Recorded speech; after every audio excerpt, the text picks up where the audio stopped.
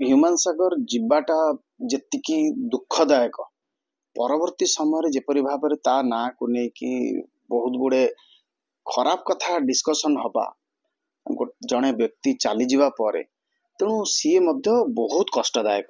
କାରଣ ହ୍ୟୁମାନ ସାଗର ତାର ଯୋଉ 10-12 ବର୍ଷ ଭିତରେ ଯୋଉ ଇମେଜ କ୍ରିଏଟ କରିଥିଲେ, ଖାଲି ଓଡ଼ିଶାରେ ନୁହେଁ ଭାରତ ବର୍ଷରେ ଏବଂ ପୃଥିବୀ ସାରା ଯୋଉଠି ଓଡ଼ିଆ ମାନେ ଅଛନ୍ତି ତାଙ୍କର ସମସ୍ତେ ହଉଛି ବହୁତ ବଡ଼ ବଡ଼ ଫ୍ୟାନ୍। ତେଣୁ ସମସ୍ତଙ୍କ ହୃଦୟକୁ କଷ୍ଟ ଲାଗିଛି, ସେଇଥିପାଇଁ ସମସ୍ତେ ପାଖାପାଖି ଏଫଆଇଆର ଦେବା ଆରମ୍ଭ କଲେଣି। ତେଣୁ ମୁଁ ତ ନିଶ୍ଚିତ ଭାବରେ ଅନୁରୋଧ କରିବି। ହଁ, ମା ବି ଅଭିଯୋଗ ଆଣୁଛନ୍ତି ଯେ ଡେଫିନେଟଲି ତାଙ୍କର ଗୋଟେ ପୁଅ ଆଗରୁ ମଧ୍ୟ ଚାଲି ଯାଇଥିଲେ। ତେଣୁ ଇଏ ଗୋଟେ ମାର ତ ମାନେ ମୁଁ ତ ସେ ବିଷୟକୁ ଯିବା ପାଇଁ ଚାହୁଁନି। ତାଙ୍କୁ ଦେଖିଲା ବେଳକୁ ଯେତେବେଳେ ଭିଡିଓରେ ବା ମିଡିଆରେ ଦେଖୁଛି ମତେ ତ ବହୁତ କଷ୍ଟ ଲାଗୁଛି, କାରଣ ଛାତିପଟା କଥା ନିଶ୍ଚିନ୍ତ ଭାବରେ।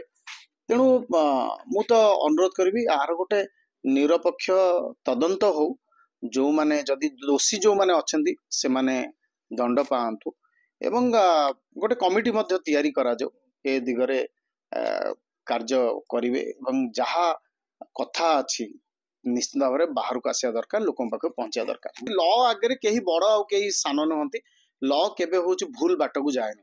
ତେଣୁ ଆମେ ପ୍ରେସର ପକେଇକି ଯିଏ ଭୁଲ ନ କରିଥିବ ତାକୁ ଦଣ୍ଡ ଦବା, ଯିଏ ଦୋଷୀ ତାକୁ ଛାଡିଦବା, ଏଇଟା ତ ହବନି।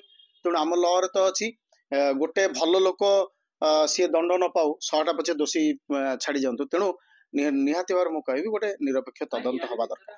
ଆପଣ ଭାବୁଛନ୍ତି କଣ ତଦନ୍ତ ହଉନି?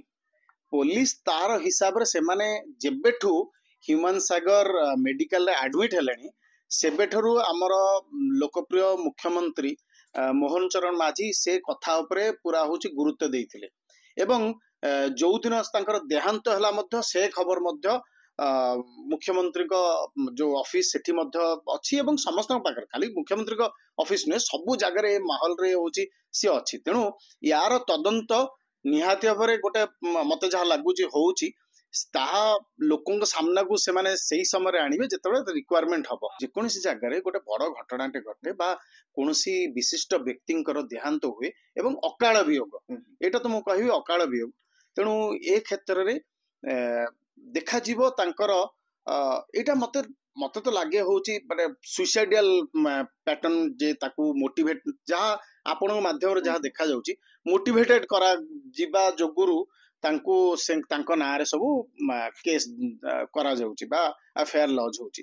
ତେଣୁ ଯେ ତାଙ୍କର ବନ୍ଧୁମାନେ ତାଙ୍କୁ ମୋଟିଭେଟ କରେଇଛନ୍ତି କି ନାହିଁ ସେଇଟା ହଉଛି ମୁଖ୍ୟ ପଏଣ୍ଟ ହଉଛି ଆସିବ। ତେଣୁ ନିହାତି ଭାବରେ ଆପଣ ମାନେ ଯାହା କହୁଛନ୍ତି ଜଣେ ବିଚାରପତି ଏଥିରେ ରହିଲେ ବହୁତ ଭଲ ହବ। ଆମର ପୋଲିସ ଅଧିକାରୀ ମାନେ, ପୂର୍ବତନ ଅଧିକାରୀ ମାନେ ରହିଲେ ମଧ୍ୟ ବହୁତ ଭଲ ହବ ଏବଂ ନିରପେକ୍ଷ ତଦନ୍ତ ଆମେ ମାନେ ମଧ୍ୟ ଆପଣଙ୍କ ମାଧ୍ୟମରେ ଡିମାଣ୍ଡ କରୁଛୁ।